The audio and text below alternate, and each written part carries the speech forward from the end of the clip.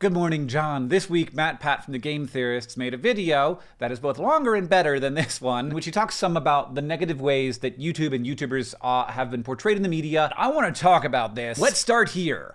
I have a complex understanding of the content and culture and platform of YouTube. The parts where I spend my time are amazing because they're marble races and knives being made out of bismuth crystals and social commentary about the darkness and mouthfeel and careful explanations of ingenious technology. But when there are big stories about YouTube and what we could consider like the mainstream press, it's Logan Paul or ads being shown on terrorist recruitment videos or things that are worse than those things. And when that happens, it's bad for YouTube creators because advertisers are like, ooh, I don't know about this, and they cut their spending or they remove it completely, and then YouTube overreacts and starts to strengthen its demonetization algorithms. And so if you make anything that's even a little bit controversial, you might have your video not make money at all. And the finger of blame has been pointed in many different directions. And this, is it YouTube for overreacting? Or is it ad buyers who are maybe freaking out, but also maybe using this as a tactic to force YouTube to do things that they want YouTube to do? Or is it the journalists who never cover this platform in a positive way, but are always writing this inflammatory stuff? Matt Pat's video points the finger in all of these directions. But it is true that no one wants to write like positive stories about YouTubers. But I have also noticed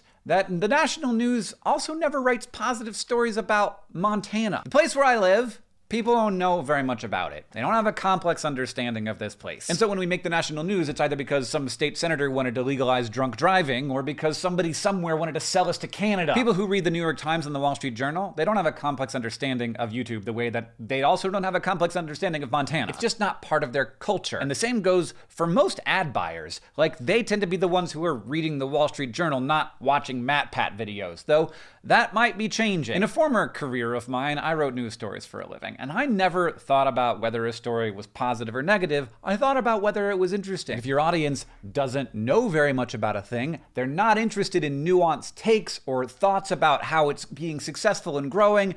They're interested in when it's threatening or scary or dangerous. And that goes double for when the thing they don't understand very well is also really big and important, and they know that, but they also don't understand it. And yes, it's also likely that some journalists don't think that YouTubers should have the amount of power that they have, and so they don't mind taking us down some notches. But if you're looking for communities that are big and important, but people don't understand them very well, so they're usually covered in negative and not nuanced ways in the mainstream media, I've got bigger concerns than YouTubers, who are by and large actually a really powerful force in culture, even if they don't want to recognize it and instead sort of hide from that as they engage in these sort of victimhood narratives. So John, here comes the true train.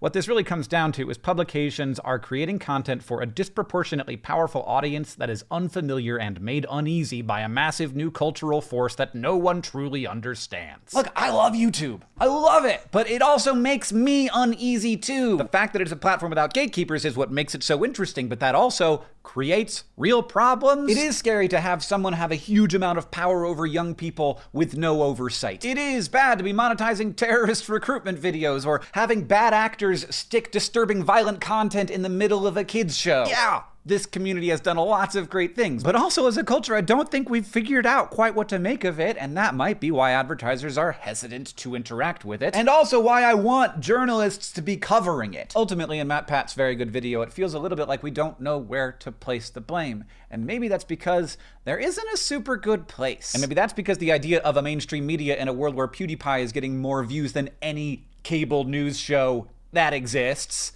is wild. There either is not a mainstream media anymore, or YouTube is part of it. John, I'll see you on Tuesday.